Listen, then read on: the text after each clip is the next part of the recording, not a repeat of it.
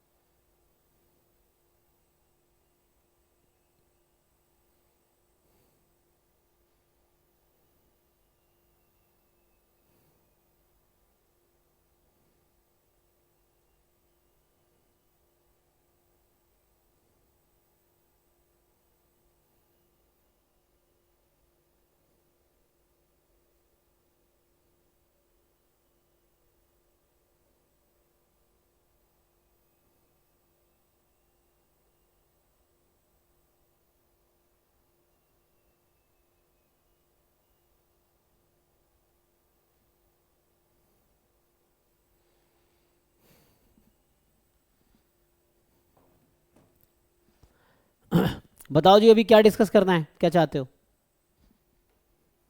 क्या थ्योरी कराएं या क्या प्रॉब्लम कराएं?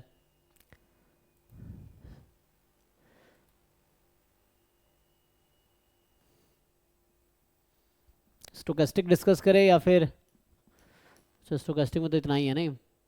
इसका थ्योरी भी डिस्कस हो सकता है अभी। तो arrival, inter arrival, conditional arrival distribution and non homogeneous process, law of rare event in Poisson process, compound Poisson process. Okay.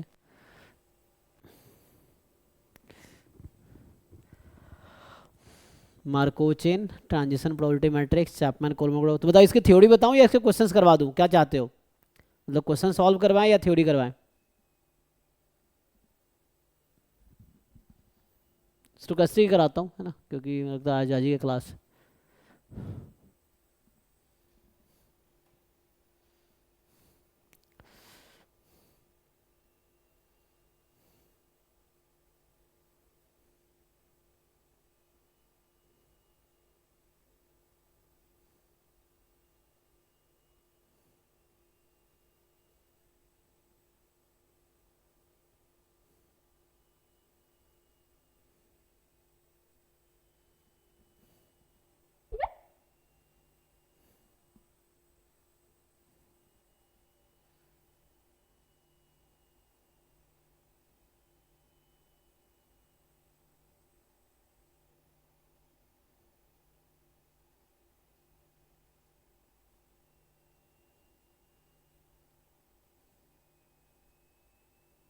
Okay. अच्छा, इनको नॉन पैरामीट्रिक का थ्योरी करना है।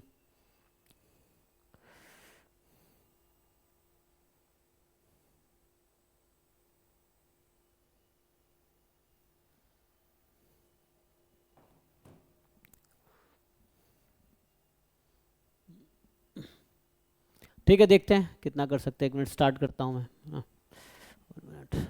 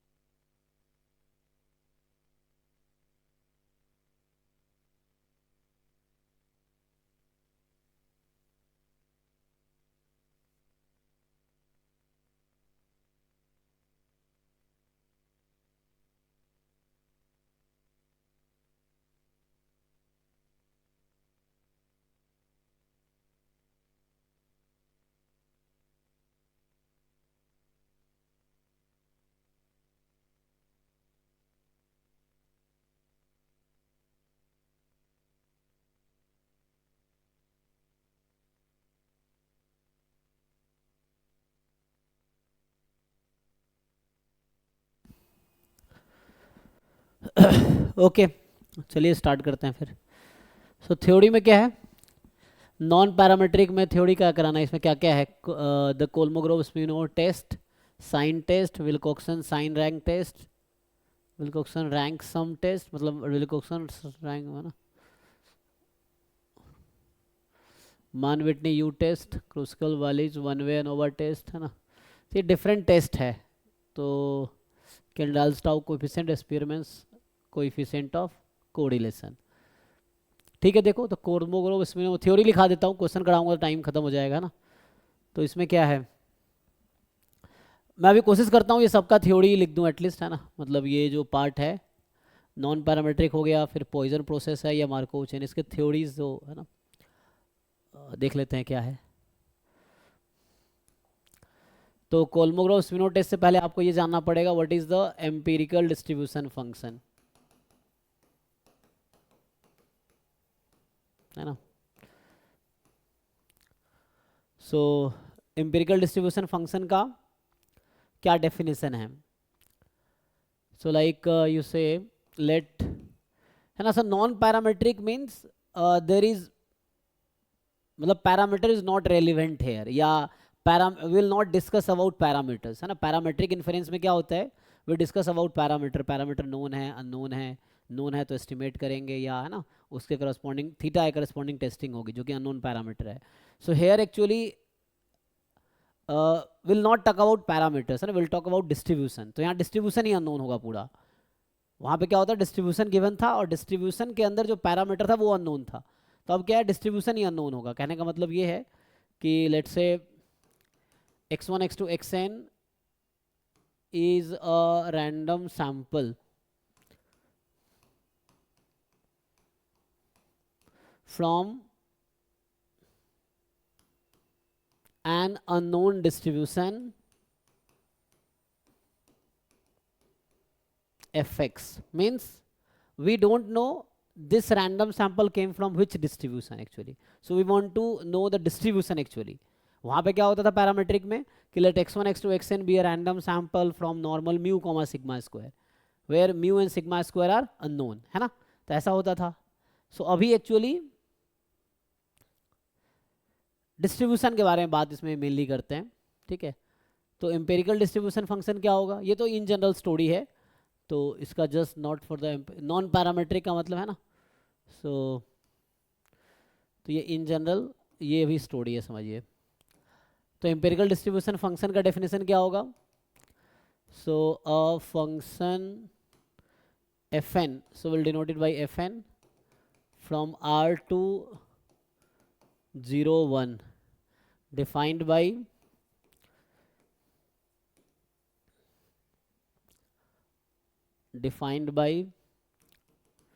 fnx number of sample points less than equal to x upon n, or in other way if you define, so this is fnx is 0, है ना।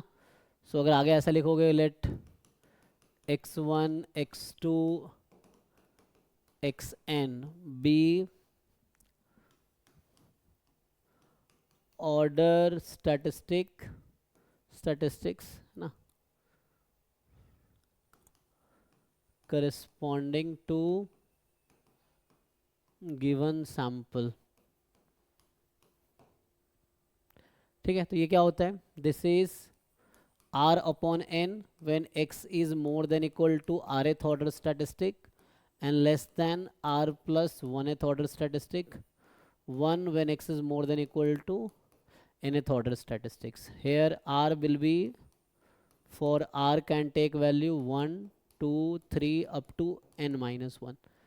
so ये दूसरा definition है जो आप जानते होंगे।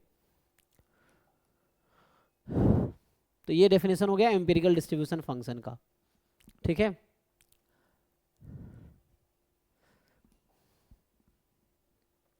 सो एक्चुअली CDF अननोन है यहाँ पे, राइट, CDF इज अननोन।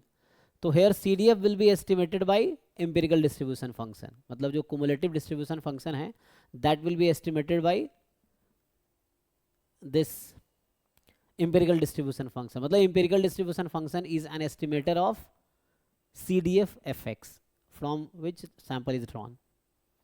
तो किसी को कुछ डाउट हो you can ask in chat और अनम्यूट करके पूछ सकते हो, ठीक है.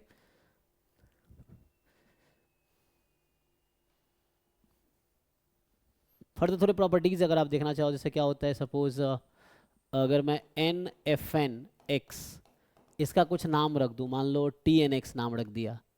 सो यहाँ से अगर आप क्रॉस मल्टीप्लाई करोगे so what will you know, इसमें आप क्रॉस मल्टीप्लाई करो, है ना, you just do cross multiplication. तो एन एफ एन क्या होगा, number of sample point less than equal to x.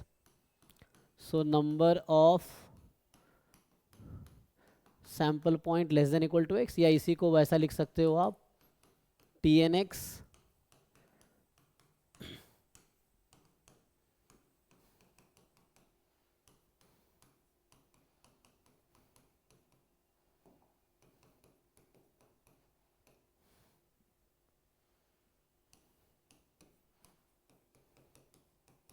ये आ जाएगा. अब मज़े की बात क्या है यहाँ पे कि ये जो एन एफ एन एक्स है, क्योंकि इसका यूज़ आगे होगा, so N F N X which is actually tnx, we named it tnx. This has binomial distribution, this has binomial distribution, this. so इसके हेल्प से आप निकाल सकते हो. तो expectation of F N X आपको मिलेगा एफ एक्स, है ना, using this result. And variance of F N X निकालोगे यहाँ से तो पता चलेगा, है ना, वेरिएंस क्या होता है, एन पी क्यू. तो यहाँ जाएगा एन इंटू दिस, एन उधर से आ जाएगा तो एन डिवाइड हो जाएगा. तो F N X F X one minus F X of X upon N. Further अगर ज़रूरत पड़ेगी तो covariance between F N X comma F N Y, तो ये मिलेगा F X at minimum of X comma Y minus F X at Y upon N. तो ये कुछ प्रॉपर्टीज़ हो गई एम्पिरिकल डिस्ट्रीब्यूशन फंक्शन की. फर्दर देखें तो आगे भी बहुत सारी प्रॉपर्टीज़ है, like F N X converges in probability to F X, F N X converges almost surely to F X, ठीक है. सेंट्रल लिमिट थ्योरम लगाओगे तो क्या होगा, F N X minus F X upon root under, या just root मत लगाओ, बिना रूट के ही लिख देता हूँ. So root N time this will converge in distribution to normal zero and F X into one minus F X, ठीक है. तो ये हो गया, मतलब कुछ रिजल्ट्स हो गए एम्पिरिकल डिस्ट्रीब्यूशन फंक्शन के.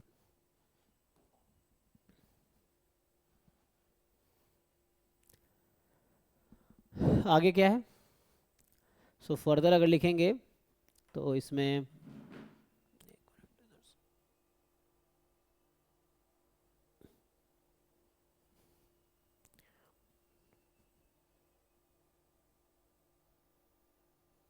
ठीक है, पूरा दिख रहा ना, ठीक है. सो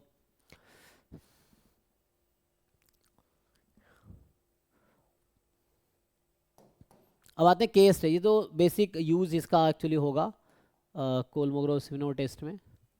तो जैसे गुडनेस ऑफ फिट टेस्ट होता है ना, गुडनेस ऑफ फिट टेस्ट, तो इसका डेफिनेशन क्या है गुडनेस ऑफ फिट टेस्ट का.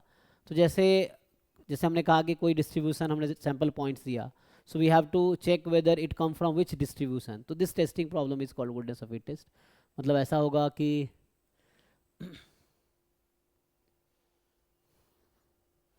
अगर मैथमेटिकल ऐसे डेफिनेशन लिखोगे तो आएगा कुछ ऐसा.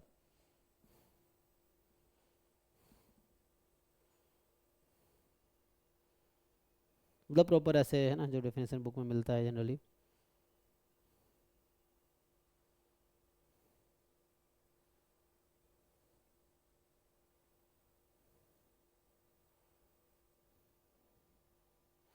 है ना, मतलब ऐसे लिखे कि to test whether given sample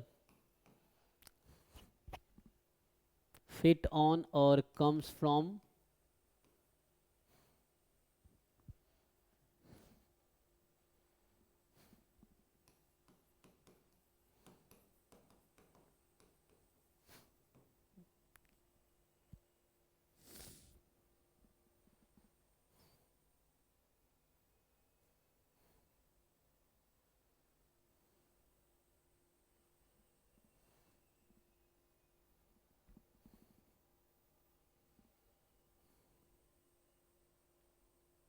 ठीक है, रफली ये मतलब होगा। जैसे इसके एग्जांपल्स हैं,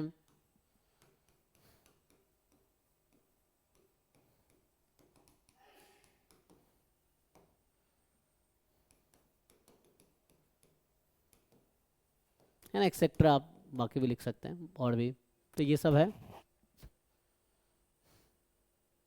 जैसे एग्जांपल के लिए अगर मैं केस टेस्ट लिखूं तो इसमें क्या है, तो इसमें मेनली क्या होता है, प्रॉब्लम यही है कि जैसे मान लो हमने लिखा कि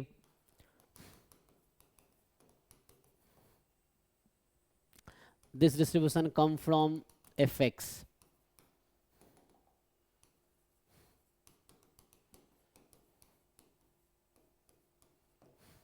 एंड कोई पर्टिकुलर सी डी एफ मुझे गिवन है।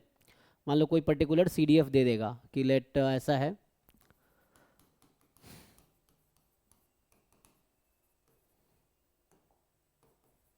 Let F not is a given C D F. ठीक है, तो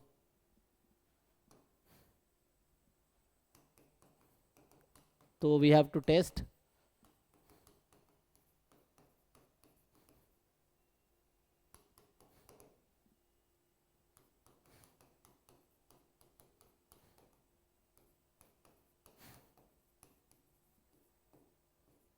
ठीक है, तो ये this is the goodness of fit test, ये मतलब हुआ।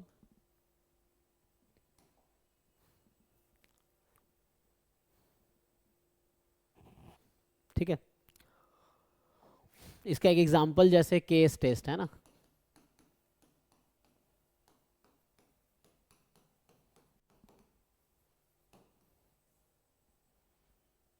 या केस है ना, कोलमो गुडनेस ऑफ फिट टेस्ट ऐसा लिखा रहता है।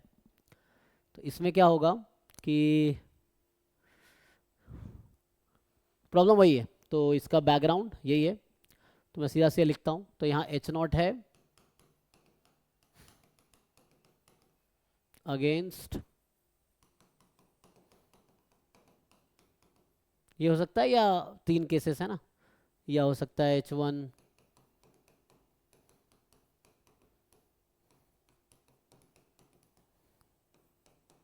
इस तरह से, है ना, 1 साइडेड और 2 साइडेड टेस्ट।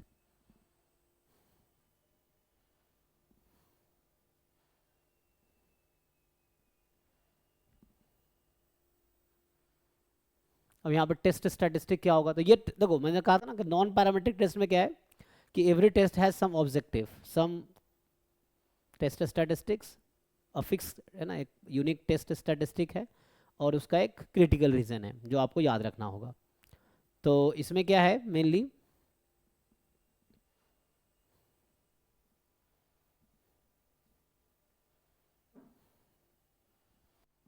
तो इसका टेस्ट स्टैटिस्टिक जो डिफाइन होता है डी राइट और D N, it's a supremum value of, मान लो ऐसा लिख दिया,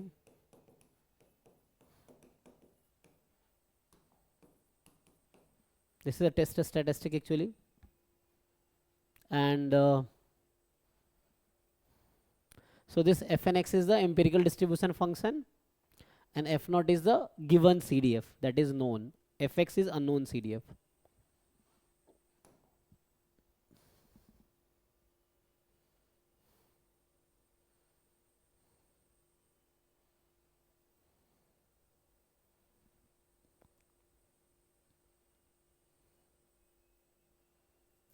ठीक है, आगे क्या होगा, मान लो क्रिटिकल रीजन आपको दे रखा है कि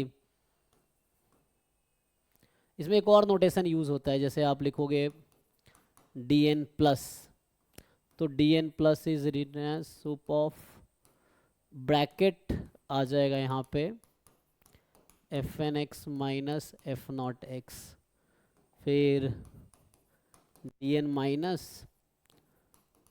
सुपर इसका अपोजिट हो जाएगा, मतलब माइनस साइन लगा दो ऊपर वाले का, ये आ जाएगा। ठीक है, और इसका अब क्रिटिकल रीजन क्या है, सो अलग अलग टेस्ट में अलग अलग होगा, है ना। तो बेटर है मैं इसको अलग अलग लिख देता हूँ, तो इसको इधर बुला लेते हैं।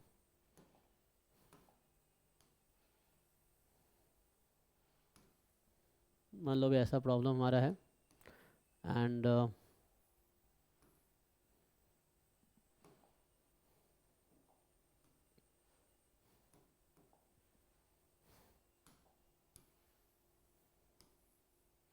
The first problem is this. ठीक है, मान लो पहला प्रॉब्लम ये है कि H F X is F not against H one which is F X is not equal to F not. तो इसका जो रिजेक्शन रीजन होगा, रिजेक्ट एच नॉट, ये होगा D N more than equal to D alpha, और you may write D N alpha.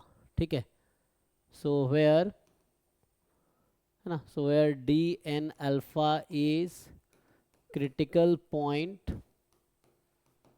Eight level alpha. ठीक है, similarly अगर दूसरा केस में देखें कि सेकेंड प्रॉब्लम अगर जैसे एच नॉट है, F X is equal to F not against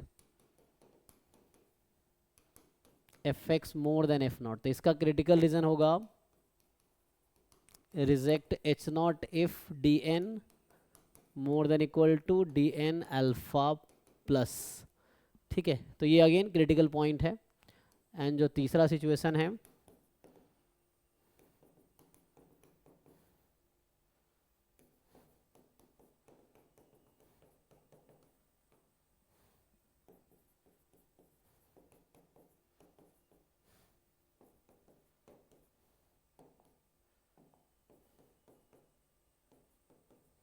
ठीक है, तो ये आपका this is story about Kolmogorov Smirnov test. ठीक है, तो इसका ये टेस्टिंग प्रॉब्लम है, this is rejection region, this is test statistics, that's all. तो हर जितने भी नॉन पैरामीट्रिक टेस्ट में यही देखना होता है आपको कि क्या प्रॉब्लम है, क्या टेस्ट स्टैटिस्टिक्स है, क्या क्रिटिकल रीजन है, ये आपको सबके करस्पॉन्डिंग याद रखना है, उसके अकॉर्डिंग सॉल्व करना है। फिर इसके बहुत सारे प्रॉपर्टीज़ भी हैं, है ना, जैसे this dn does not depend on f naught x, so whatever f naught x you have, it will not change, distribution of dn will not change, and ऐसे बहुत सारे प्रॉपर्टीज़ हैं उसके रिस्पेक्ट में। ठीक है, तो ये बेसिक अभी क्योंकि उतना टाइम नहीं होना, एक क्लास में एक ही टेस्ट डिस्कस होगा, सो मैं बाकी ऐसे बता देता हूँ ओवरव्यू। सो आगे साइन टेस्ट में क्या होता है, सो इन द साइन टेस्ट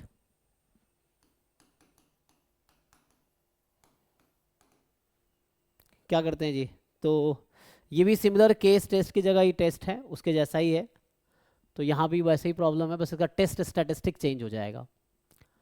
तो साइन टेस्ट में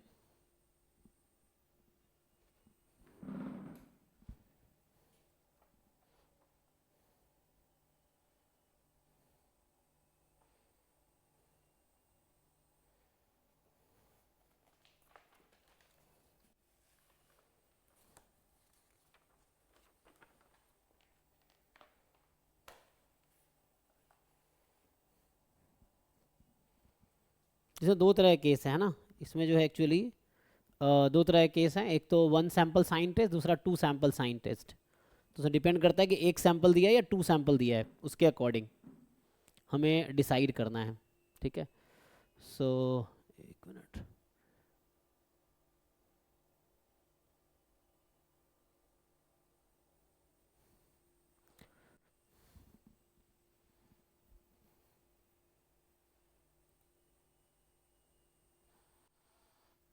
तो अभी वन सैंपल डिस्कस करता हूँ।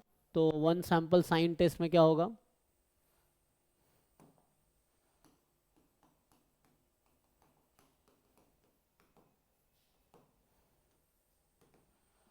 तो इसमें ऐसा है कि लेट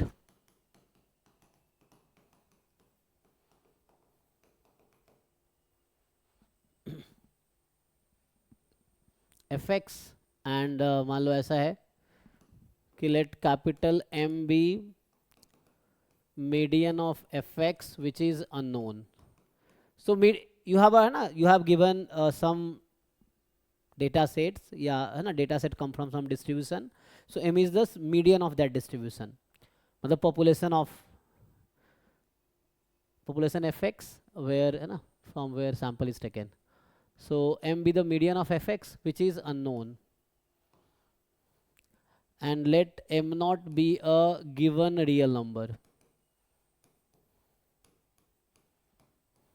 गिवन रियल नंबर. तो यहाँ पे जो टेस्टिंग प्रॉब्लम है वो ये है कि capital M will be M not versus या अगेंस्ट, है ना. तो वही केसेस हैं कि या तो m not equal to m not, या फिर हो सकता है m more than m not, या फिर हो सकता है m less than m not. इस तरह का केस है. तो यहाँ पे टेस्ट स्टैटिस्टिक्स क्या है, तो फर्स्ट यू डिफाइन, है ना. तो यहाँ पे होता क्या है कि you define D I difference, it's X I minus M not, है ना. So this difference of X I for all i is equal to 1 to n. ठीक है. सो एक नया वेरिएबल आया D I is a difference actually of X I and M not. Now you note sign of D I, है ना. तो actually logically ऐसा है, आप अगर लिखेंगे यहाँ पे, so let's say you have xi here, then you write di here which is xi minus m naught. ठीक है. अब इसमें कुछ पॉजिटिव कुछ नेगेटिव आ सकता है. तो you write sign of D I, है ना. हो सकता है कहीं plus minus plus something. So just randomly बोल रहा हूँ कि some positive negative, you have to see sign of D I and what happens then we take. So एक नंबर है जिसका नाम है मान लो n plus number of positive sign या number of positive D I, है ना. There is other n minus number of negative D I, है ना. And we ignore data where D I is zero. तो जहाँ भी डिफरेंस ज़ीरो आ जाएगा will ignore that. So N will change, है ना. सो जब अभी शुरू में एन डेटा पॉइंट था, अब आपने कहा कि उसको हम इग्नोर कर देंगे जहाँ पे डी आई ज़ीरो हो गया. तो उस केस में क्या होता है कि एन विल अपडेट, है ना. So updated N will be N plus one plus N minus. मान लो 20 था फॉर एग्जाम्पल इनिशियली, उसमें डिफरेंस में 2 जीरो आ गया, तो that will be ignored. So you have now updated n as 18 only. So n will be updated, n will be n plus plus n minus. अब यहाँ पे टेस्ट स्टैटिस्टिक क्या है. So here the test statistic is we take s. S is the number of, है ना. So since the sample is random, so according to that it has some distribution, so we are defining a random variable here. Okay, ये कोई fix number होगा but यहाँ मैं random variable define कर रहा हूँ. So random number of positive D eyes. ठीक है, ये रैंडम वेरिएबल है. So if I ask you under H not what will B distribution of S. So under H not when m is m naught, है ना. So xi will be either more than m naught or less than m naught. So here we also assume that fx is continuous. So this is continuous CDF, है ना. fx is continuous. So this will have distribution binomial n comma 1 by 2. So test statistic had distribution binomial n comma 1 by 2. अब इसमें actually जो होता है distribution ना testing, वो कुछ पी वैल्यू के थ्रू होगा. मतलब 2 तरह के केसेस है, स्मॉल सैंपल और लार्ज सैंपल का. So when you have a small sample you just go through p value. You have large sample, you can do normal approximation to binomial distribution. तो उसके according काम हो जाएगा. ठीक है, तो नॉर्मल अप्रोक्सीमेशन के थ्रू आप जा सकते हो.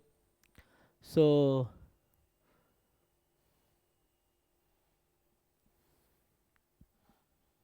ठीक है। तो नाउ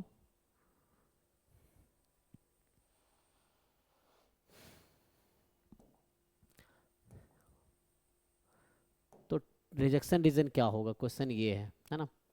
तो इसमें अगर आप लिखेंगे, स्मॉल सैंपल के लिए लिखूंगा अगर मैं, तो यहाँ पे आएगा एच नॉट इज, जब था m is equal to M not against, तो यहाँ पे आप p वैल्यू का डायरेक्ट फॉर्मूला है। So formula is 2 time probability s more than equal to maximum of n plus n minus, और you can take other way, दोनों equal ही होगा actually. 2 time probability s less than equal to minimum of n plus n minus, ये पहले problem के लिए है। अच्छा, रिजेक्शन रीजन क्या होगा, तो you know reject h not if p value is, तो ये तो डायरेक्ट एक साथ लिख देंगे है ना, क्योंकि we are since we are finding है ना p वैल्यू, तो जो रिजेक्शन रीजन होगा इसका, रिजेक्शन रीजन यहाँ पे जो डिसाइड होगा, p value less than equal to alpha. So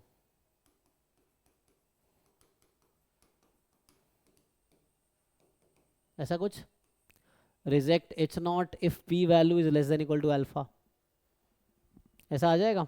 and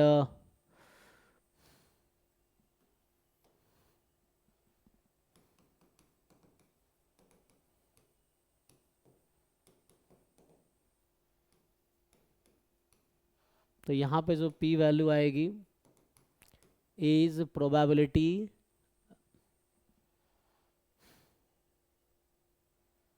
s more than equal to n plus. तीसरा केस अगर होगा,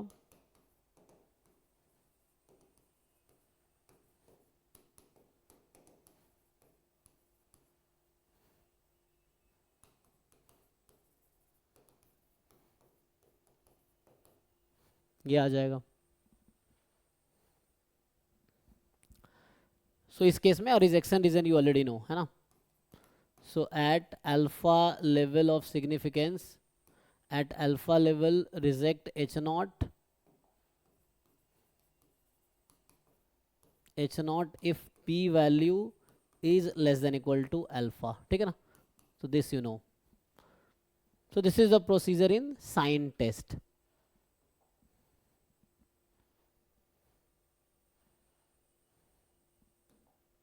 तो ये आपको क्वेश्चन देखो, एक्चुअली मेन ये सब समझ सब आ गया, आप क्वेश्चन सॉल्व करोगे तो यू कैन सी समवेयर किसी किताब में देखो थ्योरी क्या है, क्वेश्चन सॉल्व करो, तब जाके आपको एक्चुअली समझ आएगा क्या है, कैसे अप्लाई करना है। तो p वैल्यू निकालना है, देन अल्फा गिवन होगा आपको है ना, उसके अकॉर्डिंग सॉल्व कर सकते हो। तो ये स्मॉल सैंपल, अगर लार्ज सैंपल में जाओगे तो लार्ज सैंपल में क्या होता, for large N you can use Z test, ठीक है।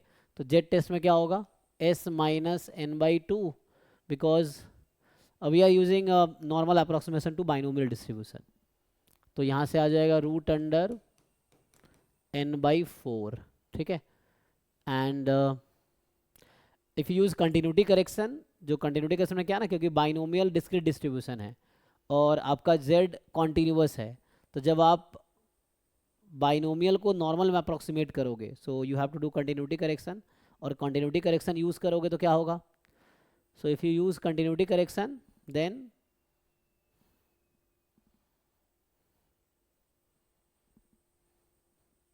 क्या करेंगे आप, तो इसमें आई थिंक 0.5 बस ऐड हो जाएगा ना, प्लस माइनस 0.5 रहता है, तो you can use plus minus 0.5 continuity correction के लिए।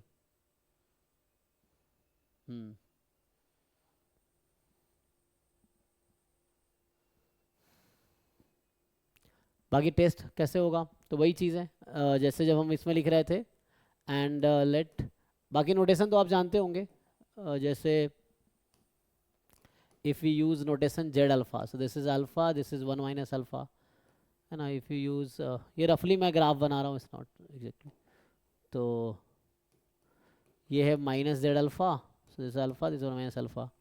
If you use two-sided test, so here z alpha by 2, this is minus z alpha by 2, so ये alpha by 2 alpha by two और ये 1 minus alpha होगा. सो तो यहाँ वैसे ही है. लार्ज सैम्पल के लिए मान लो जैसे पहला टेस्ट था कि H not is M is equal to M not against H one M not equal to M not. तो इसका जो रिजेक्शन रीजन होगा, reject H not if Z is mod Z is more than equal to Z alpha by two. ये two sided critical region होगा ये वाला. ये हो गया. दूसरे केस में ये है कि H not when M is M not against H one है M more than M not. So यहाँ रिजेक्शन रीजन होगा reject H not if Z is more than Z alpha. And the third case जो होगा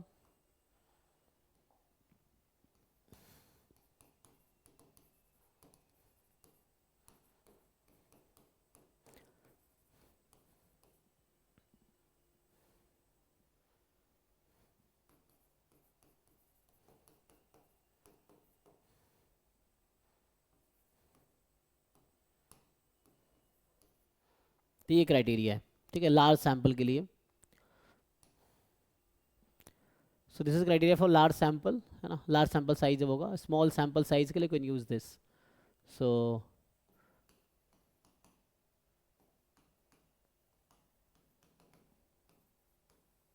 ठीक है, ये use कर सकते हैं लार्ज के लिए. तो this is sign test actually.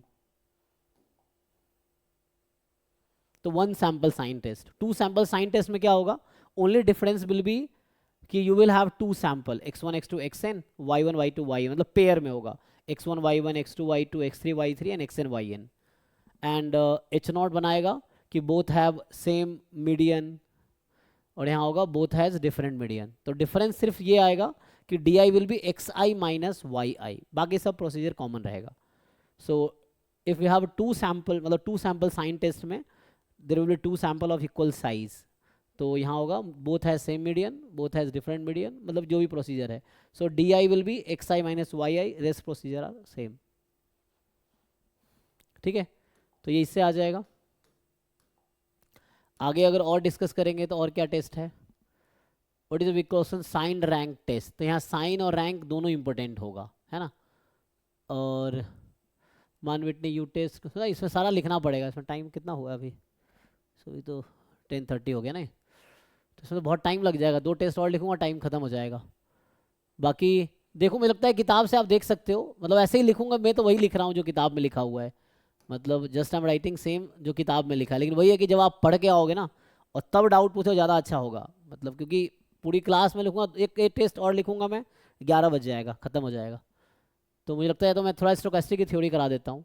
मतलब ऐसे सारे टेस्ट लिख सकते हैं, उसमें कोई दिक्कत नहीं है. बट मैं सजेस्ट करता हूँ कि if you can just go through some non parametric book. मैं कुछ बुक का नाम लिखा देता हूँ, आप उसको देखो पढ़ो. कुछ रेफरेंस बुक लिखा देता हूँ क्योंकि इसमें टाइम खत्म हो जाएगा इसी में भी. क्योंकि स्टोकेस्टिक का थोड़ा थ्योरी करा देता हूँ. नॉन पैरामेट्रिक के कुछ मैं आपको बुक लिखा देता हूँ, उसको पढ़ो आप. और डाउट है तो पूछो. नेक्स्ट क्लास जो कल मेरी क्लास हो गई, यू जस्ट ये बुक है, इसमें ये पेज नंबर, ये टॉपिक. मतलब खुद से तो मेहनत करना ही पड़ेगा. एग्जाम आपको निकालना है तो you have to go through it, है ना. अब इतना टाइम नहीं है कि हम पूरा सिलेबस कराएंगे, मतलब मैं नहीं करा पाऊंगा ना इतना कम टाइम में. तो जो किताब में कुछ लिखवा देता हूँ, you just go through it. जैसे तो इस तरह से आपको समझना है. बस यही आइडिया दे रहा हूँ. बुक में क्या देखना आपको कि what is the purpose of each test. जैसे अभी लिखा है मैंने, केस टेस्ट में क्या था, दो डिस्ट्रीब्यूशन को कंपेयर कर रहे थे. सॉरी, वहाँ पे था एक्चुअली, जब हम लोग वहाँ दिया नहीं, यहाँ पे दो है दूसरे में. केस टेस्ट में एक्चुअली था कि सैम्पल था और हमें एक CDF दिया था. हाँ, तो ये देख रहे थे कि CDF उसके इक्वल है या नहीं है. तो mainly you have to remember name के साथ what is the objective, then what is test statistics, what is the critical region. तो ये चार चीज़ें आपको जितने नॉन पैरामेट्रिक टेस्ट है वो याद करना. और ये फिक्स है. पैरामेट्रिक में क्या होता है, सिचुएशन चेंज होता है, टेस्ट स्टैटिस्टिक या क्रिटिकल रीजन चेंज हो जाता है. यहाँ पे ऐसा नहीं है. जितने टेस्ट है किसी एक पर्सन ने डेवलप किए, ईच टेस्ट मतलब, और उसमें फिक्स ऑब्जेक्टिव है, फिक्स टेस्ट स्टैटिस्टिक्स है, फिक्स क्रिटिकल रीजन है. तो यही आपको याद रखना है. एंड देन हर टेस्ट का एक लिस्ट बना लो, यू जस्ट मेक लिस्ट की ये टेस्ट में ये है ना H0 H1 है, ये टेस्ट स्टैटिस्टिक्स है, ये क्रिटिकल रीजन है, ये याद कर लो और सब पे 2-3 क्वेश्चन सॉल्व कर लो। आप बुक में सॉल्व एग्जाम्पल होगा उससे कर लो, और स्टिल नहीं समझ आता आप मुझसे पूछो कि मैं ये पढ़ा था और मुझे इसमें ये समझ नहीं आया, तो एग्जैक्ट टू द पॉइंट पूछोगे ज़्यादा अच्छा है, क्योंकि एग्जाम में बहुत टाइम तो बचा नहीं है कि एक एक चीज़ पढ़ाएंगे। मैं कुछ बुक का नाम लिखा देता हूँ, है ना, जो आप देख सकते हो। जैसे एक तो ये है, सब जानते हो, गिवंस एंड चक्रवर्ती, है ना।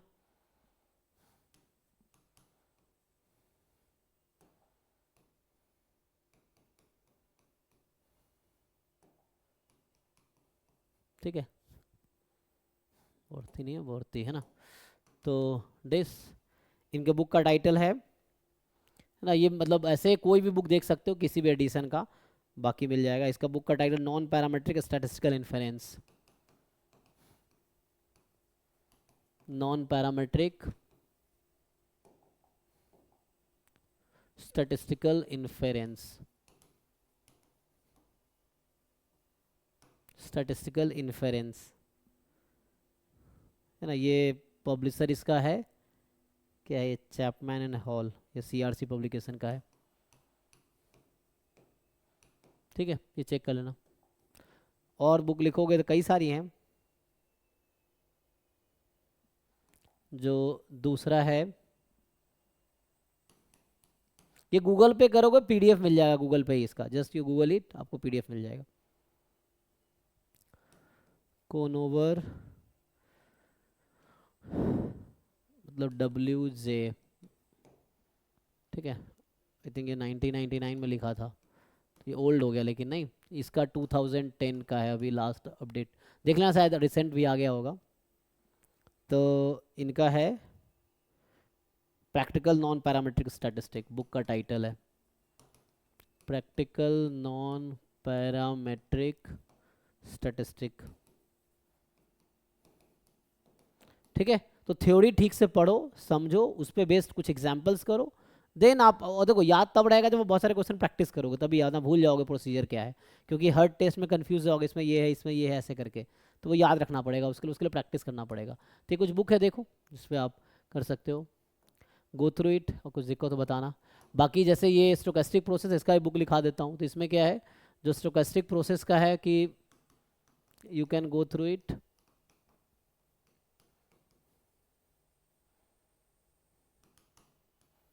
तो इसमें क्या है कि पहला एक तो रॉस की आती है ना, सेल्डन रॉस की बुक है, स्टोकेस्टिक प्रोसेस, बुक का ही टाइटल है स्टोकेस्टिक प्रोसेस।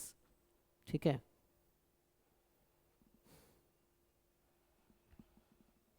दूसरा है जे मेधी की बुक आती है ना, इनका भी आई थिंक टाइटल में स्टोकेस्टिक प्रोसेस ही है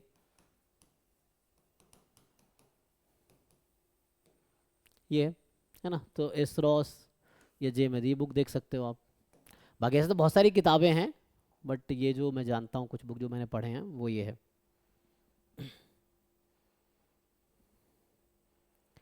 अभी क्या कराऊँ, थोड़े स्टोकेस्टिक थ्योरी करा दूँ या कुछ थोड़े थ्योरी करा दूँ?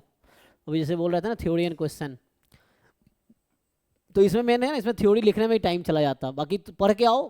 किनका था ये, हिमांशु ना, you just go through it. देखो किताब पढ़ने की हैबिट डालो, क्योंकि मेन क्या है ना, जब फर्स्ट टाइम पढ़ते हैं तो थोड़ा जरूरत पड़ती है। मुझे लगता है आप लोग, कोई यूजी का बच्चा तो इसमें कोई होगा ही नहीं, सबने पीजी कर रखे होंगे, है ना। सो आपने यूजी पीजी में पढ़े होंगे, तो अभी आप इस लायक है कि खुद से पढ़ के आप समझ सकते हैं। नहीं समझ रहे तो हम इसलिए खड़े हैं, तो यू कैन आस्क कि क्या हेल्प चाहिए, अब जैसे कहोगे उसके हिसाब से मैं हेल्प करूँगा, but you can tell what to do, है ना, वो चीज़ है।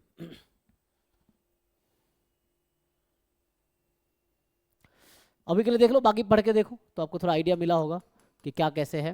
तो इसमें क्या है, इसमें स्टोकेस्टिक में क्या है, पॉइजन प्रोसेस, मार्कोव चेन। तो यहाँ डेफिनेशन लिख सकते हैं, क्या डेफिनेशन लिखूँ? सो पॉइजन प्रोसेस का पहले मार्कोव चेन देखते हैं। मार्कोव चेन ऐसे आसान है, पॉइजन प्रोसेस भी आसान है ऐसे तो, है ना। तो ये क्या क्या है, मार्कोव चेन होता क्या है जी? तो स्टोकेस्टिक प्रोसेस क्या है, एनीवन कैसे डिफाइन करोगे? Stochastic process is set of random variable, है ना, और फैमिली ऑफ रैंडम वेरिएबल। तो जस्ट अगर लिखूं कि this is a stochastic process, है ना, तो ये this is called stochastic process. It is a set of random variable x T. अब ऐसे लिखो या कई बार ऐसा लिखा रहता है, तो आपकी मर्जी है. This is called stochastic process.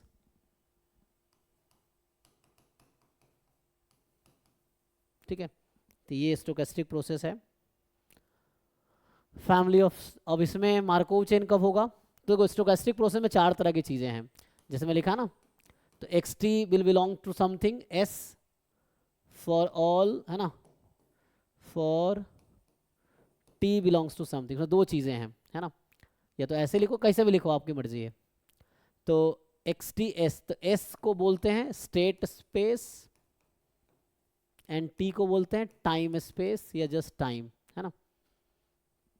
Time space भी लिख सकते हो या टाइम जस्ट लिख सकते हो, ठीक है. या इंडेक्स सेट भी बोलते हैं टी को, है ना. इंडेक्स सेट भी इसका नाम है. तो जो भी रेंज होगा एक्स टी का, मतलब जो भी पॉसिबल वैल्यूज ऑफ एक्स होंगे, so that will belong to same, इसमें क्या होगा, स्टेट स्पेस में, and T belongs to T. तो मेनली इसमें 4 कैटेगरीज हैं. 4 कैटेगरी क्या है इसमें? ये होगा कि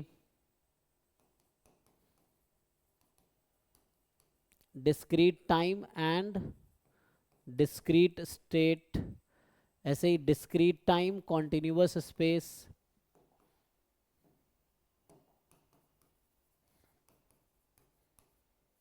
कॉन्टिन्यूअस स्टेट, फिर continuous time and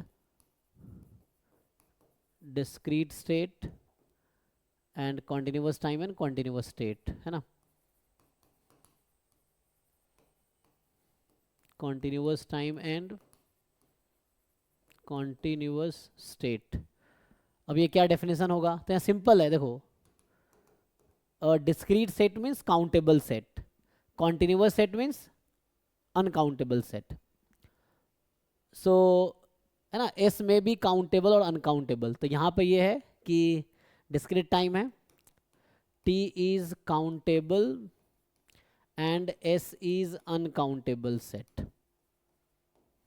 countable uncountable idea है आप लोगों को? जैसे set of natural number countable set है, कोई भी फाइनाइट सेट काउंटेबल सेट है, set of rational number countable set है, set of integer countable set है, set of real number uncountable set है, कोई भी इंटरवल अनकाउंटेबल सेट है, set of complex number, set of irrational number, these are uncountable. ठीक. And पता है infinite 2 तरह की होती है ना, countably infinite, uncountably infinite. There are 2 different type of infinity. जैसे सेट ऑफ नेचुरल नंबर जितने हैं और सेट ऑफ रियल नंबर जितने हैं, दे आर नॉट सेम, है ना. There are infinitely many natural number, there are infinitely many real number, but they are not equal. I hope आप लोग जानते होंगे. यही डिफरेंस है डिस्क्रीट और कॉन्टिन्यूअस रैंडम वेरिएबल का भी, कि डिस्क्रीट रैंडम वेरिएबल का रेंज काउंटेबल सेट होता है, कॉन्टिन्यूअस रैंडम वेरिएबल का रेंज अनकाउंटेबल सेट होता है. और यही डेफिनेशन में डिफरेंस भी है दोनों में, है ना.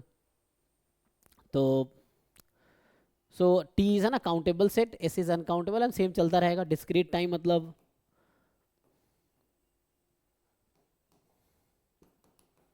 T is countable,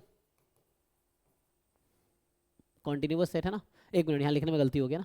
discrete time discrete space ना, सो जहाँ भी डिस्क्रीट रहेगा वहाँ काउंटेबल ही चलेगा. सो टी काउंटेबल होगा और एस भी काउंटेबल होगा. यहाँ डिस्क्रीट टाइम कॉन्टिन्यूअस सेट, यहाँ होगा t is countable, s is uncountable. फिर ऐसे ही continuous time discrete space, so t is uncountable and s is countable set होगा. एंड दोनों कॉन्टिन्यूअस है, so both t and s are uncountable set. तो ये मेजर्ड 4 डिफरेंट टाइप के stochastic process होते हैं. अगर हम बात करें मार्कोव चेन की, तो मार्कोव चेन का अगर मैं डेफिनेशन लिखता हूं,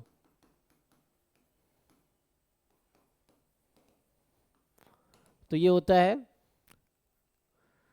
अ discrete time and discrete state. यहाँ पे मार्कोव चेन में टाइम भी डिस्क्रीट होगा और स्टेट भी डिस्क्रीट होगा. Stochastic process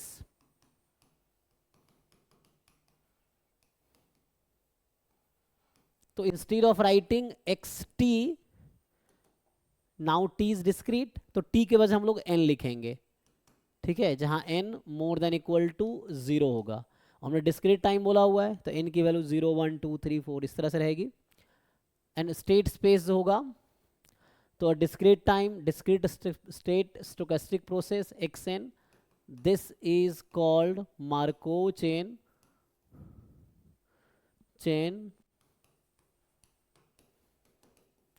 with state space. तो अभी मैं डेफिनेशन में फिक्स कर देता हूँ स्टेट स्पेस, जैसे वैसे स्टेट स्पेस में भी फाइनाइट में भी, है ना, जैसे आप जानते हैं ना स्टेट स्पेस, यहाँ क्या लिखा था, डिस्क्रीट था, एक मिनट, अच्छा स्टेट को हम फिक्स जरूरी नहीं है ना, डिस्क्रीट ही रखेंगे, ठीक है, नहीं तो फिर वो चेंज हो जाएगा ना, तो डिस्क्रीट रखना ही ठीक है। क्योंकि हम लोग बात करें ना जो continuous time Markov chain is actually birth death process, है ना, मतलब कॉन्टिन्यूस टाइम मार्कोव चेन आप देखते होंगे जो वर्ड है, सो that is use for birth death process, so birth death process is continuous time Markov chain.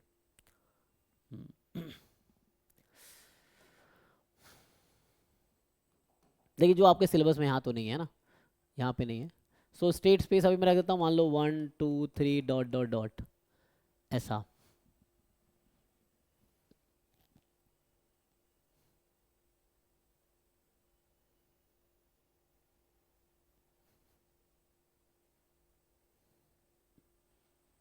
So discrete time, discrete state stochastic process is called Markov chain with state space this if and only if probability xn plus 1 is equal to j given xn is I, xn minus 1 is in minus 1, ठीक है, ऐसे ही xn minus 2 is in minus 2 dot dot dot, अब ये 0 तक जा सकता है, time 0 से स्टार्ट किया था, दिस n इज टाइम, ठीक है ना, और स्टेट आपको पता है, स्टेट मतलब वो value that x can attain, random variable की पॉसिबल वैल्यूज होंगी, वो स्टेट स्पेस है। तो यहाँ पे i not is i not, this is equal to probability xn plus 1 is j given xn is i, means कहना ये चाह रहा है दैट इज जो फ्यूचर स्टेट है, future state will directly depend on present state not on past state, है ना, not on past state, ठीक है, तो इस तरीके से होगा। So future state will depend on present state not on past state, मतलब फ्यूचर से प्रेजेंट पे डिपेंड करेगी, पास्ट पे नहीं। मीन्स यहाँ आपने क्या समझा कि xn प्लस 1 डायरेक्टली डिपेंड करेगा xn पे, सो xn प्लस 1 है ना विल डिपेंड ऑन xn, हाँ xn will depend on xn minus 1, xn minus 1 will depend on xn minus 2 and so on. तो दिस है ना, ये सब हट गया यहाँ पे कि this probability will be equal to this, इसको मार्कोवियन प्रॉपर्टी भी बोलते हैं ना, this is called Markovian property, ठीक है, तो इसका नाम मार्कोवियन प्रॉपर्टी, ऐसे भी लिखा रहता है ना कि stochastic process is Markov chain if and only if specify Markovian property, इस तरीके से है। तो मेनली होता क्या है अब, तो इसका जो नोटेशन है, so we will have some notation, तो एक नोटेशन आता है Pij1 और that we can write Pij only, है ना, इसको बोलते हैं one step transition probability from state I to state J, ठीक है, तो ये है, तो यहाँ हम बात कर रहे हैं ट्रांजिशन प्रोबेबिलिटी की, चलो मैट्रिक्स लिख देता हूँ, we will talk about TPM, ठीक है। सो Pij लिखेंगे, इसका मतलब होगा कि the probability of transition from state I to state J in one step.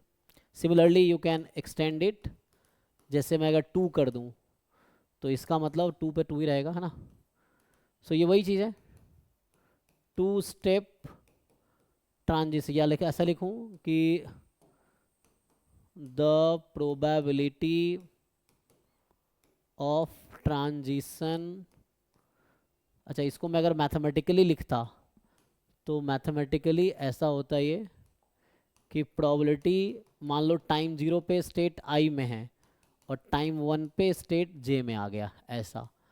और if it is homogeneous Markov chain, तो मैं होमोजीनियस की भी बात कर रहा हूँ, ठीक है अभी ऐसे रखो। सो यहाँ पे द प्रोबेबिलिटी ऑफ ट्रांजिशन है ना, इवन होमोजीनियस मार्कोव चेन में क्या होगा कि सपोज टाइम एन पे स्टेट आई में है तो टाइम एन प्लस 1 पे स्टेट जे में होगा।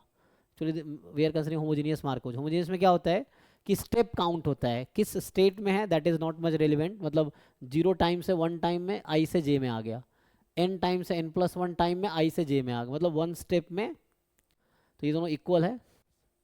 यहाँ जो पी आई जे टू क्या, the probability of transition from state I to state J in 2 steps, ठीक है मैथमेटिकली लिखेंगे। सो अगेन द मैथमेटिकली ये होगा कि टाइम 0 पे स्टेट आई में था और टाइम 2 पे स्टेट जे में है ना, या टाइम n पे स्टेट आई में था और टाइम n प्लस 2 पे स्टेट जे में है। This is a mathematical meaning. And similarly we can generalise it, जैसे पी आई जे एन लिख दूं मैं अगर, तो पी आई जे एन का क्या मतलब हुआ कि सेम चीज़ें यही रिपीट होंगी, एम या कुछ और लिख दूं,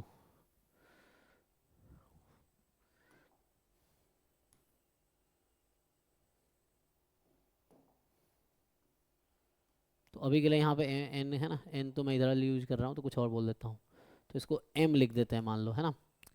तो पी आई जे एम मतलब transition probability from state I to J in M step, यही चीज़ चल रही होगी। सो यहाँ पे जस्ट लिखना है एम स्टेप्स, टाइम 0 पे यहाँ था और टाइम एम पे स्टेट जे में है,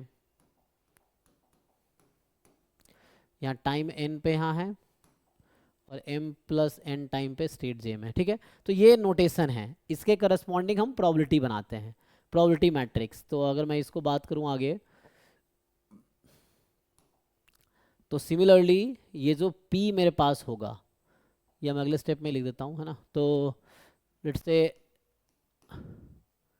अब कितने ऑर्डर की मैट्रिक्स लोगे, तो पहले डिपेंड करता है कि लेट, अभी मैं स्टेट स्पेस फिक्स कर देता हूँ, मान लो there are k number of elements in S, अभी मैं फाइनाइट ले लेता हूँ, ठीक है।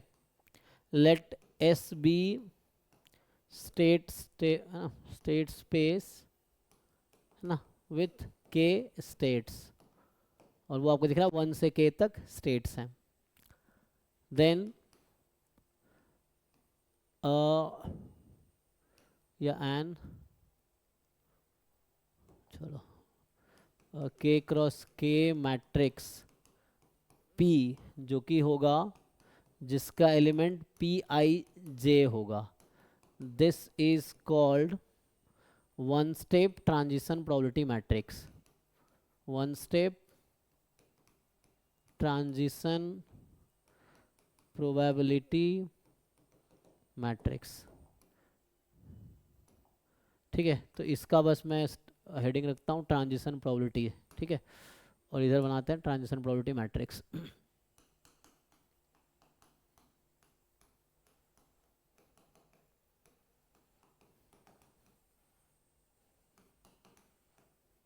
टीपीएम, तो ठीक है। दिस इज सिमिलरली अगर आप पी स्क्वायर लिखोगे, सो पी स्क्वायर के एलिमेंट कैसे दिखेंगे, पी आई जे टू, ये वही पी आई जे टू है जो आपने यहाँ लिखे थे। सो इसके एलिमेंट्स ऐसा दिखेगा, and this is also K cross K matrix, this is 2 step transition probability matrix, ऐसा होगा। Similarly if you write p raise to power m, so इसके जो एलिमेंट दिखेंगे आपको ऐसा दिखेगा, पी आई जे एम, वही नोटेशन है, P I J M is the same यहाँ पे जो हमने लिखा है। So this is m step transition probability matrix, ठीक है।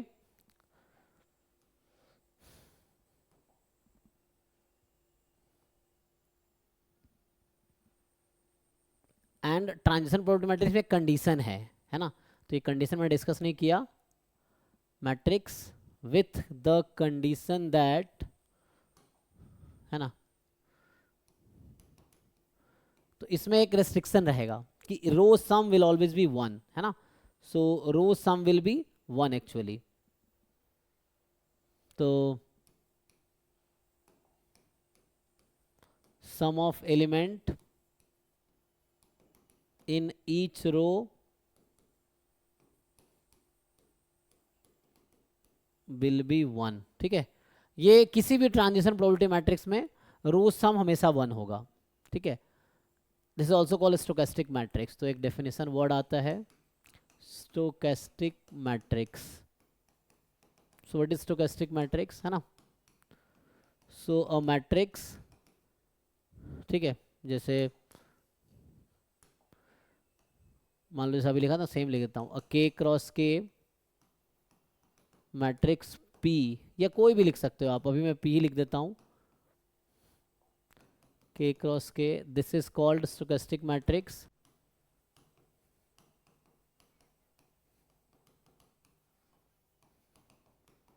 If and only if Pij is non-negative, even if they are between 0 and 1,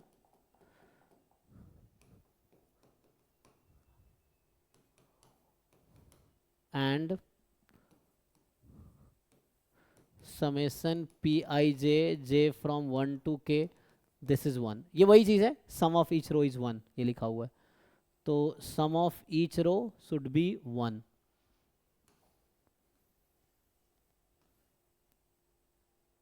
ठीक है, तो ईच रो का सम 1 होगा, दैट इज स्टोकेस्टिक मैट्रिक्स। ऐसे लिए एक आता है क्या, डब्ल्यू स्टोकेस्टिक, है ना, सो डब्ल्यू स्टोकेस्टिक मैट्रिक्स, इसमें भी सिमिलर स्टोरी है, तो इसको अगर आप कॉपी करेंगे तो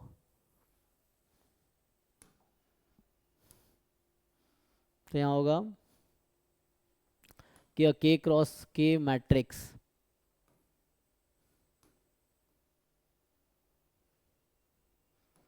ठीक है, दिस इज कॉल्ड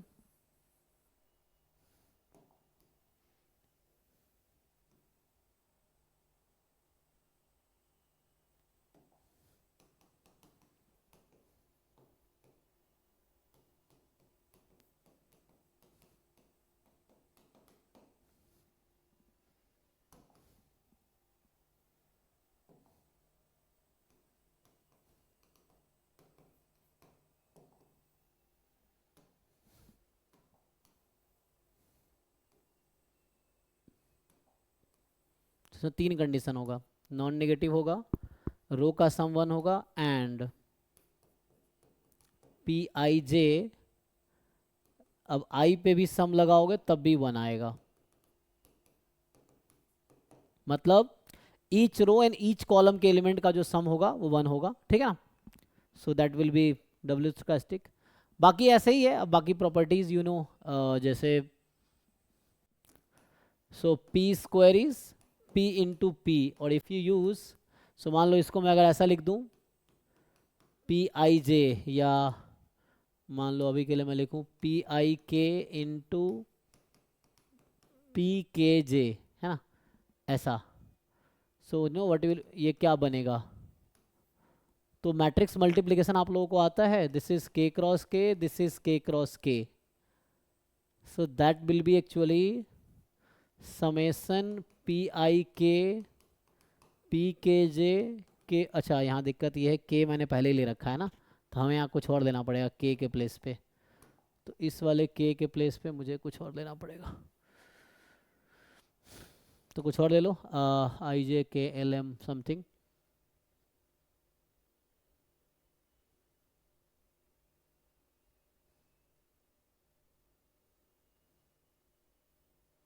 ठीक है, अब एल ले लेते हैं, क्या ही करें, के टू एल, अच्छा आई टू एल, तो ऐसा दिखने में दिक्कत लगेगा ना, क्योंकि हमने के पहले ही ले रखा ना, के को चेंज करना मुश्किल है, बहुत लिख दिया मैंने, तो नोटेशन चेंज कर देता हूँ थोड़ा, ये तो ठीक है, यहाँ ठीक लिख लो, मान लो आई एंड ABCDEFGH IH ले लो चलो, और HJ, ठीक है। तो यहाँ से ऐसा हो जाएगा, सो IH और HJ, H from 1 to K। अगर आप मैट्रिक्स मल्टीप्लिकेशन जानते हो, and P square matrix you know, है ना, पी स्क्वायर अभी कुछ देर पहले लिख रहा था, पी स्क्वायर क्या होता है, इसके एलिमेंट्स कैसे दिखेंगे, Pij2। तो यहाँ से कंक्लूड ये हो रहा है कि Pij2 is summation PIH PHJ and H from 1 to K। this equation is called Chapman-Kolmogorov equation।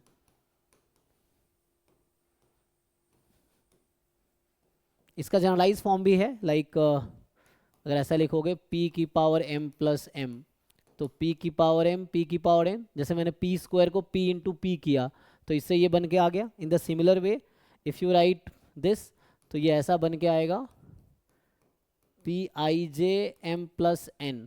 मान लो आपको i से j जाना है m प्लस n स्टेप में, सो that will B PIH PHJ। So you go I to H in m step and H to J in n step, and that H will be 1 to K।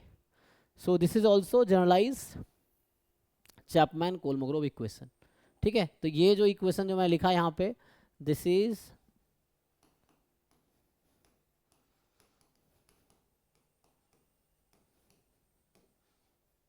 ठीक है, चैपमैन-कोलमोग्रोव equation, जैसे यहाँ लिखा होगा syllabus में, है ना।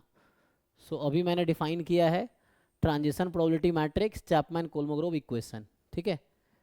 बाकी regular chain, study distribution, periodicity, limit theorem, pattern, Brownian motion, अच्छा ब्राउनियन मोशन भी है, okay, limit of random walk, okay. तो मेन इसमें फॉर्मूला अगर कुछ क्वेश्चंस देखेंगे, टाइम है ख़त्म हो गया, 10 मिनट है ना, चलो। तो इसमें मेनली क्या होता है, मान लो इनिशियल डिस्ट्रीब्यूशन अगर दे रखा है आपको, तो how will you find the distribution of, देखो इसको ऐसा लिख देता हूँ,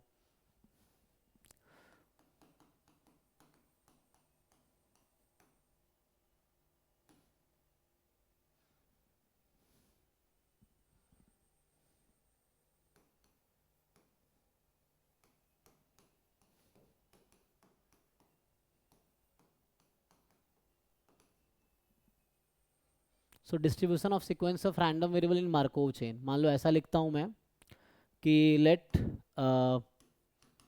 x N, N from 0 to infinity be a Markov chain with state space. तो अभी के लिए जैसे अभी तक ले रहे हैं तो 1 to K ही लेके चलते हैं, ऐसा है मान लो। तो अभी के लिए मान लो ऐसा हो गया कि लेट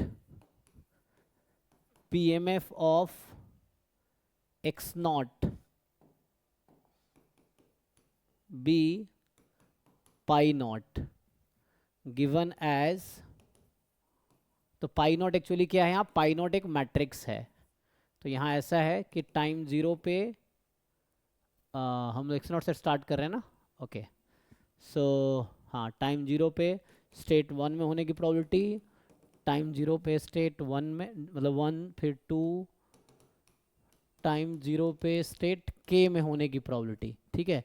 तो या तो मैं ऐसा लिखूँ इसको, पाई नॉट ना लिख के डायरेक्ट मैं पाई एन लिख दूँ तो बेटर रहेगा। सो PMF of xn be pi n given as, so pi n is this one, ठीक है। So for all n 0 1 2 dot dot dot, तो question is what is relation between them. तो मान लो ऐसा हो, इफ मान लो आपको पाई नॉट इज गिवन, मान लो पाई नॉट आपको गिवन है, तो how will you find pi one, question is this. So how to find pi one, pi one कैसे आएगा, तो pi one will be what, pi naught is the PMF of x naught means at time 0, x1 है ना, तो pi one is the PMF of x1 means time 1, so that will be equal to pi not into p, ये आप जानते होंगे है ना। Further पाई two लिखोगे तो मैं आगे ऐसे लिख देता हूँ, अगर आप फर्दर पाई टू लिखोगे तो pi two will be pi one into p. Pi one means distribution at time one. Now you have to go to time two. तो one step transition probability matrix will reach you there, मतलब help you there to reach. तो यहाँ पे आ जाएगा, या इसी को further put करोगे तो ऐसा आ जाएगा pi not into p square. चलता रहेगा similarly, so it will keep running. तो लास्ट में अगर आप लिखोगे pi n, so pi n will be similarly जैसे pi n minus one into p. आगे और भी लिख सकते हो आप, pi n minus two into p square, and at the end आ जाएगा पाई नॉट इंटू पी की पावर एन. यही आ जाएगा. सो सिंपली जो फॉर्मूला है हमारे पास, यही मैं लिखना चाह रहा था. सो अगर एक्स नॉट गिवन है तो एक्स पाई एन कैसे निकलेगा, तो यहाँ से आ जाएगा देन जो कंक्लूजन है कि pi n will be pi not into p raise to power n. So this is the result actually for all n more than equal to 0, है ना. तो n तो हो गया for all n more than equal to 1, या for all n belongs to natural number. ये result आ गया. तो अगर पाई नॉट पता आपको तो पाई वन पाई है ना, you can find all this.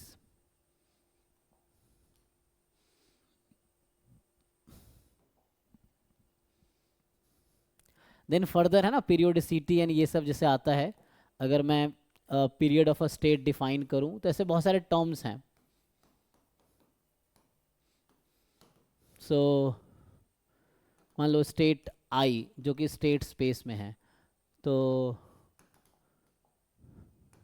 इसका नोटेशन हम लोग डी आई से डिनोट करते हैं. That will be G C D of P I J, G C D of N such that P I J N is positive. तो ये इसका definition है ना. पीरियड ऑफ स्टेट आई, उसका ये डेफिनेशन हो जाएगा. जैसे एक्सेसिबल स्टेट हम लोग डिफाइन कर सकते हैं, तो वहाँ पे क्या होता है कि state J is accessible from state I if and only if Pijn is positive for some n. ठीक है, for some n more than equal to 0. यही है आई से में जाने का रास्ता हो. एक होता है communicating state,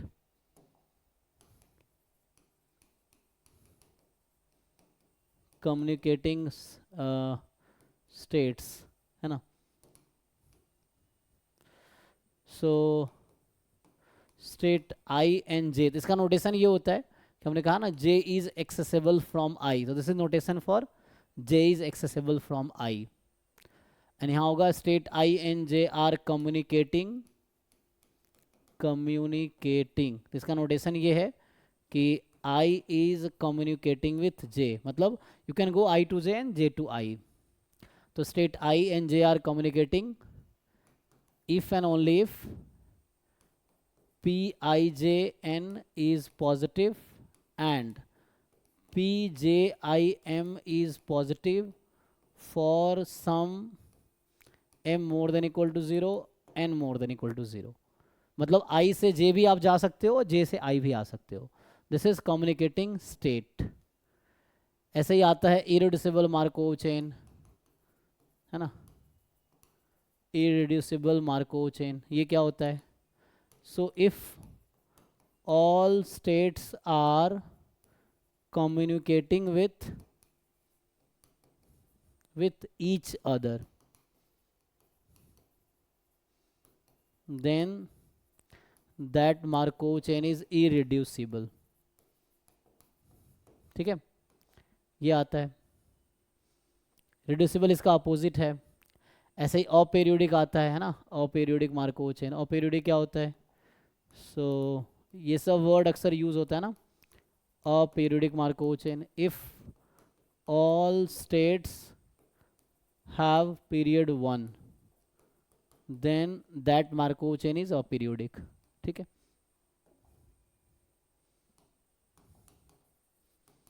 that Markov chain is aperiodic, ये हो जाएगा। Communicating, irreducible, aperiodic.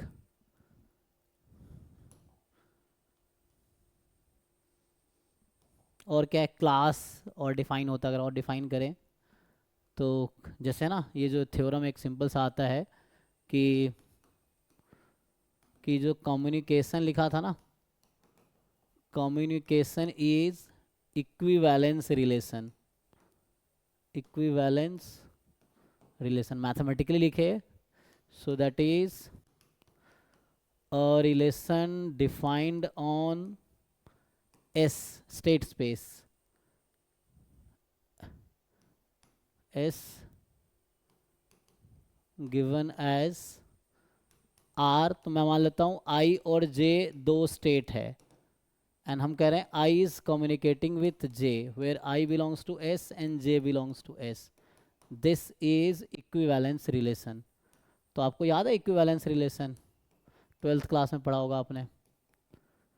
Equivalence relation मतलब क्या क्या था, reflexive, symmetric, transitive, reflexive, symmetric and transitive, तीनों होगा। And equivalence relation form equivalence class, है ना। So equivalence relation form equivalence class, तो उसी को हम बोलते हैं so equivalence relation create equivalence class. अब ये क्लास क्या है, जैसे यहाँ पे लिखूँ कि क्लास ऑफ स्टेट आई, जिसको मैं अभी सी आई से डिनोट करूँगा, ठीक है। तो क्लास ऑफ स्टेट आई है ना, क्लास, तो यहाँ पे क्लास का मतलब है कि आई के स्टेट में वो सारे स्टेट आएंगे such that I and j are communicating, है ना। और यहाँ मज़े की बात क्या है कि यहाँ पे ये होगा कि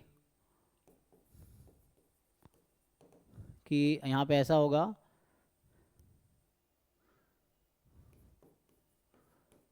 to class are either identical or disjoint, either identical or disjoint means कोई भी दो क्लास ले लो, लेट्स, कहने का मतलब ये है that is I is communicating with J if and only if Ci is equal to Cj, and if I is not communicating with J, if and only if Ci will not be equal to Cj. तो ये relation है।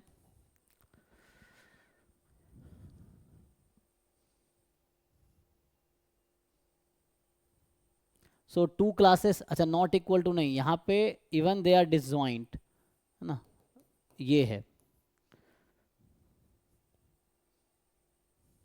तो कहने का मतलब ये है you take any two element, है ना, यहाँ पे ये होगा, तो इसको एक नया थ्योरम बना देता हूँ। सो ये कहने का मतलब है ना, अब कोई दो स्टेट है, या तो कम्युनिकेटिंग होंगे या नहीं होंगे। अगर कम्युनिकेटिंग है so their class will be identically equal, if they are not communicating so, है ना, तो इन्हीं दो में से एक में तो होना ही पड़ेगा। तो इस तरीके से है। तो ये सब कुछ हमने प्रॉपर्टीज लिखे हैं, थिंक आगे और स्टेशनरी डिस्ट्रीब्यूशन क्या है लिख ही देता हूँ। सो स्टेशनरी डिस्ट्रीब्यूशन का अगर डेफिनेशन लिखे, स्टेशनरी डिस्ट्रीब्यूशन, तो इसमें ये होता है कि और डिस्ट्रीब्यूशन पाई, पाई एक्चुअली वही है, क्या लोगे, है ना, इज कॉल्ड स्टेशनरी डिस्ट्रीब्यूशन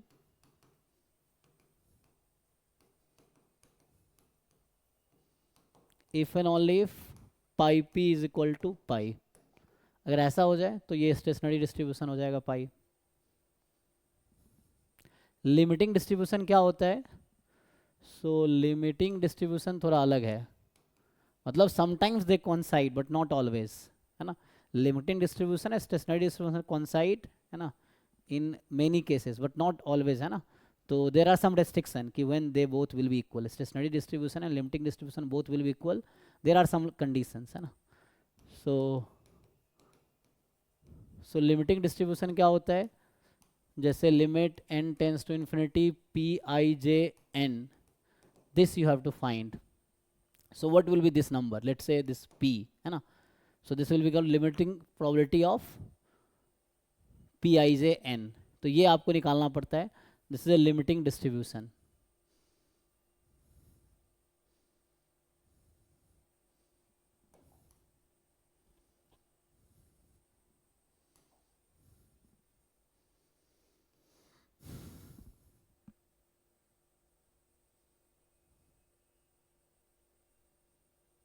ना जैसे इसमें होता है कि अच्छा रिकरेंट ट्रांजिएंट डिफाइन नहीं किया. जैसे मैं अगर थ्योरम लिखूं कि if Markov chain is a periodic and aperiodic irreducible, ये दोनों वर्ड डिफाइन किया है. हाँ, aperiodic and irreducible, then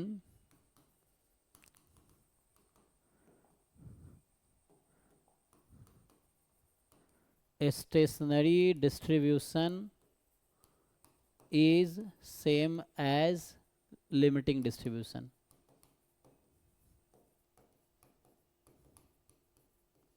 ठीक है. तो यहाँ कहने का मतलब ये है कि यहाँ पे क्या आएगा. सो दैट इज यहाँ कहना चाह रहा है कि ये जो limit n tends to infinity P I J N जो होगा that will be P J, है ना, for all I, whatever I you choose, है ना. मतलब इफ इट इज जो स्टेशनरी डिस्ट्रीब्यूशन है that does not depend on initial, या बोलो limiting distribution does not depend on initial state, तो ये पीजे के इक्वल हो जाएगा. इसको थोड़ा और मैं एक्सप्लेन करूं तो